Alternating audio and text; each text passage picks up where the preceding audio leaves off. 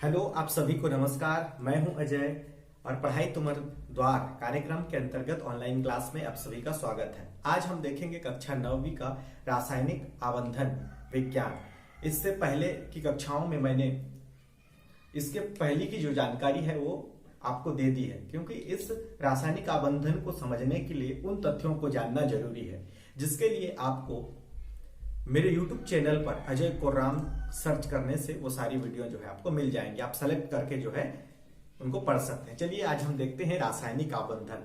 अगर रासायनिक बंध की बात करें तो रासायनिक बंध को हम 3 भागों में बांटते हैं। कोई रासायनिक बंध क्यों बनाता है, इसके पीछे का कारण मैंने इसकी पहले क्लास में समझाई है। इसके अकॉर्डिंग की जो तत्व होते हैं वो अपने आप को स्थायित्व बनाना चाहते हैं, तो वो स्थायित्व बनाने के लिए वो बंधों का निर्माण करते हैं। ठीक, तो इन सारी चीजों की जानकारी आपको पहले की क्लासेस में मिल जाएगी जो कि वीडियो में यूट्यूब पे अपलोड है। चलिए आज देखते हैं सीधा बंध। रासायनिक आबंधन। रासायनिक आबंधन की बात करें तो रासायनिक जो आबंधन होता है वह 3 प्रकार के होते हैं। एक अपन ले लेते हैं आयनिक बंध, सहसंयोजन बंध, दूसरा है सहसंयोजन बंध, तीसरा है उपसहसंयोजन बंध।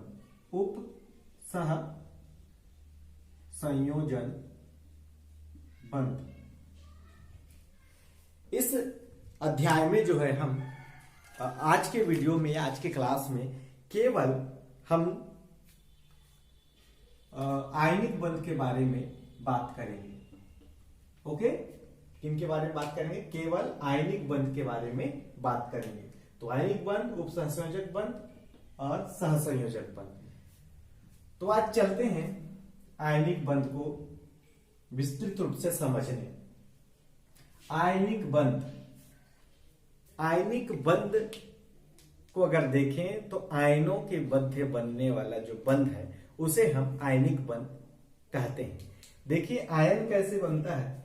एक तत्व की बात करें, जैसे मैं ले लूं सोडियम एक परमाणु है।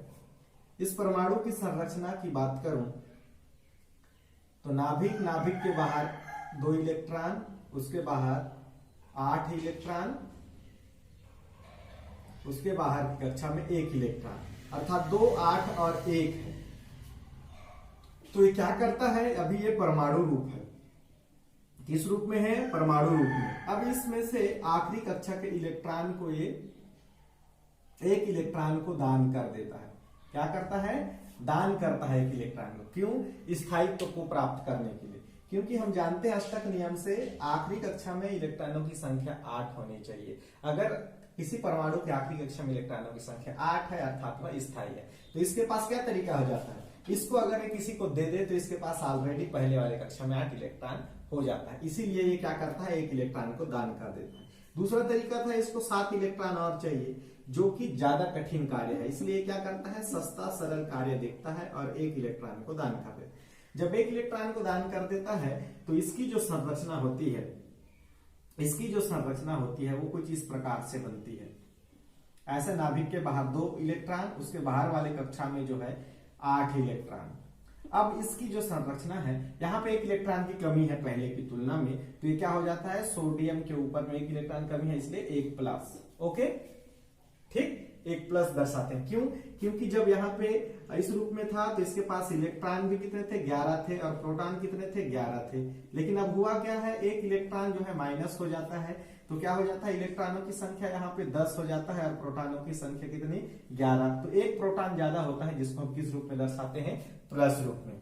तो अब ये सोडियम क्या हो गया? सोडियम आयन बन गया, इस प्लस रूप में आ गया, आवेश आ गया, तो ये क्या है? Sodium ion. ओके, ये क्या है? एक सोडियम आयन। ठीक है, अब देखते हैं ये सोडियम आयन हो गया। ये क्या करता है? इलेक्ट्रॉन दान करता है ना, किसी दूसरे को जो है इलेक्ट्रॉन दान करता है।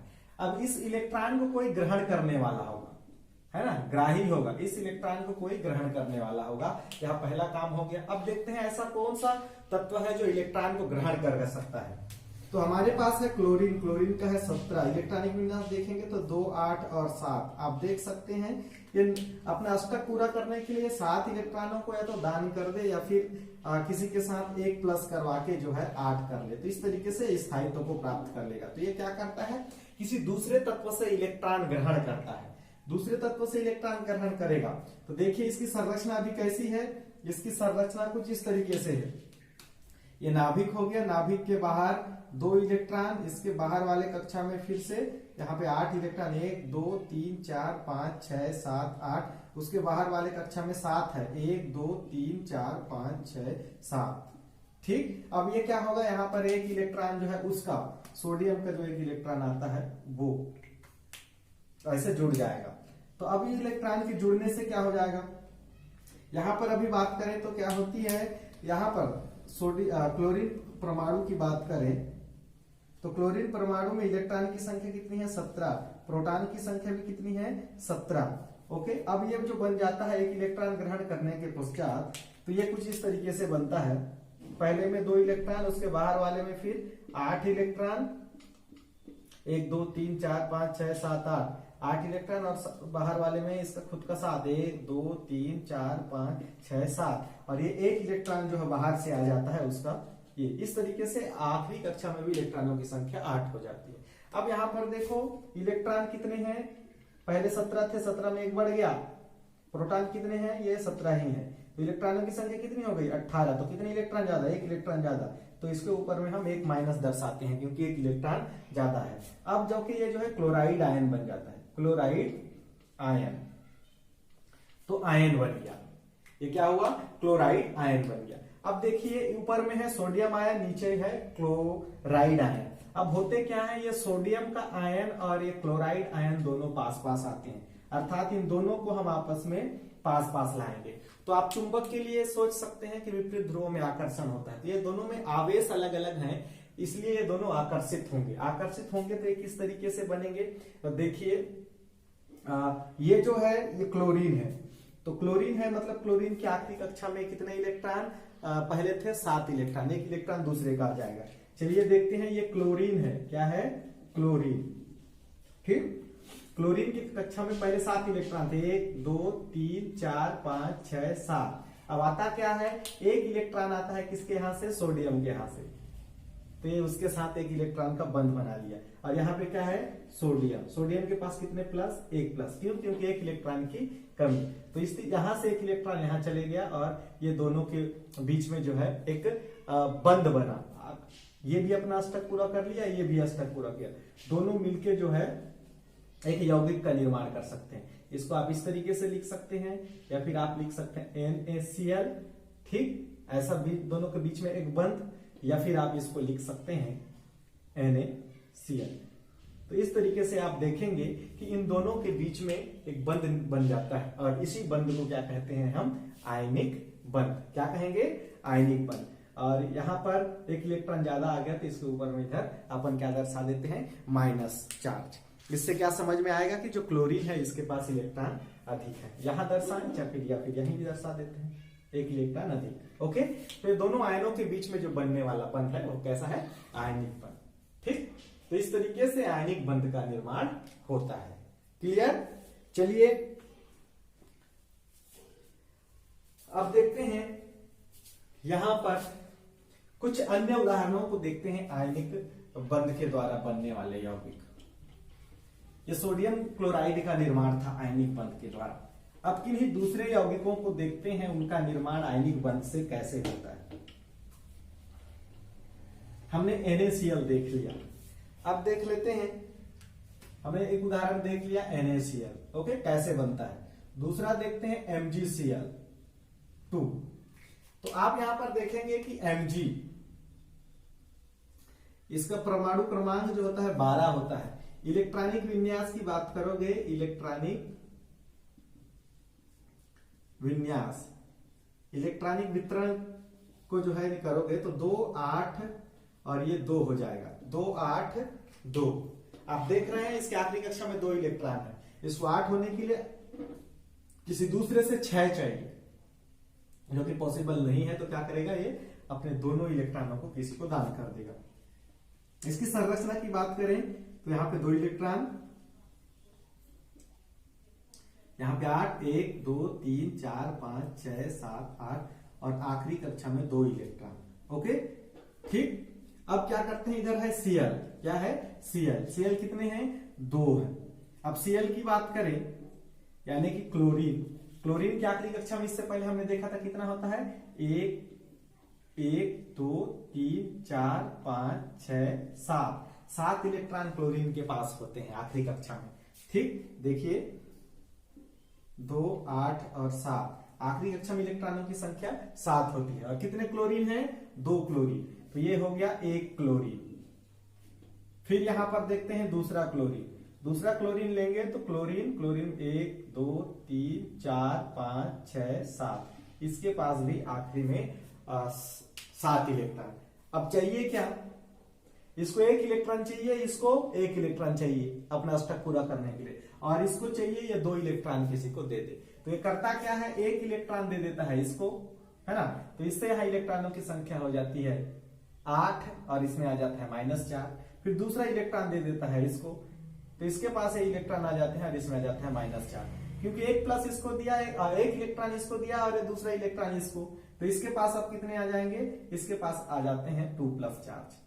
ओके, एक प्रोटॉन यहां चला गया, दूसरा प्रोटॉन यहां चला गया, तो इससे बनने वाला जो आता है वो किस तरीके से, ये मैग्नीशियम, ये मैग्नीशियम है। मैग्नीशियम के बाहरी कक्षा में जो है 1 2 3 4, इसको छोड़ दो, मैग्नीशियम में 2+ लिख देते हैं, 2+, और यहां पर उपस्थित है क्लोरीन के पास मैग्नीशियम का 1 2 3 4 5 6 7 ये हो गया, और दूसरा इस तरीके से 1 2 3 4 5 6 7 8, इस तरीके से ये बन गया MgCl2। इसको आप लिख सकते हैं,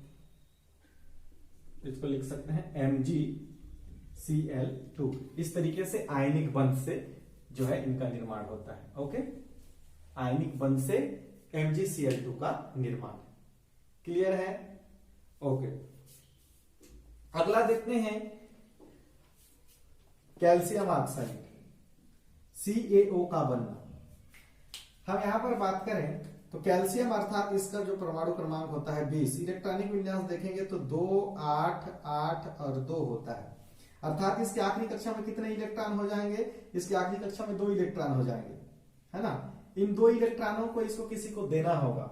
ठीक, 2 इलेक्ट्रॉनों को किसी को देना होगा। अब यहाँ पे ऑक्सीजन की बात करें तो ऑक्सीजन के पास इसका 8 होता है, इलेक्ट्रॉनों की संख्या निकालें तो 2 और 6, इसको 8 होने के लिए 2 इलेक्ट्रॉन चाहिए। तो ये क्या करता है, ऑक्सीजन के आखिरी कक्षा में 6 इलेक्ट्रॉन, 1 2 3 4 5 6, है ना, और इसके पास उपस्थित है 2, तो ये क्या करता है, ये दोनों इलेक्ट्रॉनों को इसको दे देता है। फिर दोनों इलेक्ट्रॉनों को उसको दे देगा, 2 इलेक्ट्रॉन दान कर देगा इसको। तो होता क्या है, कैल्शियम के पास 2 इलेक्ट्रॉनों की कमी हो जाती है। और ऑक्सीजन की बात करें तो ऑक्सीजन के पास खुद के 6 इलेक्ट्रॉन उपस्थित होते हैं और यहाँ पे बाहर से आ जाते हैं 2 इलेक्ट्रॉन, तो इस तरीके से यहाँ पे 2- हो जाता है। कितना आता है, 2-। और इसी को हम क्या लिख सकते हैं, इसी को हम लिख सकते हैं CaO। तो इस तरीके से इस यौगिक का जो है निर्माण आयनिक बंध से हो जाता है। क्लियर? अब देखते हैं किसी अन्य उदाहरण को, जैसे कि AlCl3। यहां पर हम बात करें एल्युमिनियम की, तो एल्युमिनियम का होता है 13, अर्थात इलेक्ट्रॉनिक विन्यास निकालेंगे तो 2 8 और 3, आखिरी में 3 इलेक्ट्रॉन बचते हैं, अर्थात एल्युमिनियम के आखिरी कक्षा में कितने इलेक्ट्रॉन होंगे, 1 2 3 होंगे। ठीक, और क्लोरीन की बात करें तो क्लोरीन के आखिरी कक्षा में कितने होते हैं, 2 8 और 7, कितने होते हैं, 7, और इसको कितने चाहिए, 1 इलेक्ट्रॉन चाहिए अपना स्टक पूरा करने के लिए। तो क्लोरीन कितने हैं, 3, तो 3 क्लोरीन की बात करें तो क्लोरीन के आखिरी कक्षा में कितने इलेक्ट्रॉन, 7 हैं, तो 1 2 3 4 5 6 7। वैसे दूसरा क्लोरीन 1 2 3 4 5 6 7, फिर तीसरा क्लोरीन 1 2 3 4 5 6 7। कि इसको एक इलेक्ट्रॉन चाहिए तो एल्यूमिनियम से एक इलेक्ट्रॉन ये ले लेता है, ठीक। इसको एक इलेक्ट्रॉन चाहिए तो एल्यूमिनियम से एक इलेक्ट्रॉन ये ले लेता है, इसको एक इलेक्ट्रॉन चाहिए तो एल्यूमिनियम से इलेक्ट्रॉन ये ले लेता है, और इस तरीके से इनके बीच में क्रिया होता है। और Al के पास 3 इलेक्ट्रॉन निकलते हैं एल्यूमिनियम से, तो यहाँ पे 3+ आ जाता है, और इसको जो है हम दर्शाते हैं Cl1-। इसको इस तरीके से 1 2 3 4 5 6 7 और ये 8। फिर यहाँ पे Cl 1 2 3 4 5 6 7 और ये 8, यहाँ पे 1-, फिर यहाँ पे Cl 1 2 3 4 5 6 7 और ये 8। इस तरीके से हम दर्शाते हैं। इसी को और हम लिख सकते हैं AlCl3। ओके, समझ आ रहा है? इस तरीके से इन यौगिकों का जो है निर्माण होता है। और एक यौगिक देख लेते हैं Na2O। सोडियम की बात करें तो सोडियम के पास होते हैं 11 इलेक्ट्रॉन, अर्थात 2 8 और 1, यानी कि इसके पास जो आखिरी इलेक्ट्रॉन है वो दान करेगा। फिर अगर यहाँ पर बात करें ऑक्सीजन की, ऑक्सीजन के पास होता है 8 और 2 और 6। इसकी बात करें तो इसको 2 इलेक्ट्रॉन चाहिए, अर्थात ये 2 इलेक्ट्रॉन लेगा। तो होता क्या है, सोडियम यहाँ पे 2 ठो है, सोडियम 2 ठो है, इससे एक सोडियम के पास कितने इलेक्ट्रॉन आखिरी कक्षा में? 1। फिर सोडियम के पास A, और यहाँ पे है क्या अपने पास? ऑक्सीजन है। क्या है? ऑक्सीजन। ऑक्सीजन के आखिरी कक्षा में कितने? ये इनकी संख्या है 6। इसको चाहिए कितने? 2, तो यहां से 1 ले लेता है और 1 यहां से ले लेता है।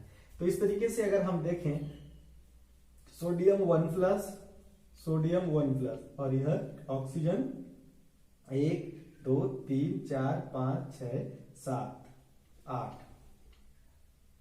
2-, और इस तरीके से Na2O का निर्माण होता है। तो आप इस तरीके से आयनिक बंध से यौगिकों का निर्माण कर सकते हैं। ठीक है, तो आज की क्लास में इतना ही। अगले क्लास में हम देखेंगे सहसंयोजक बंध का निर्माण कैसे होता है। तब तक के लिए जय हिंद।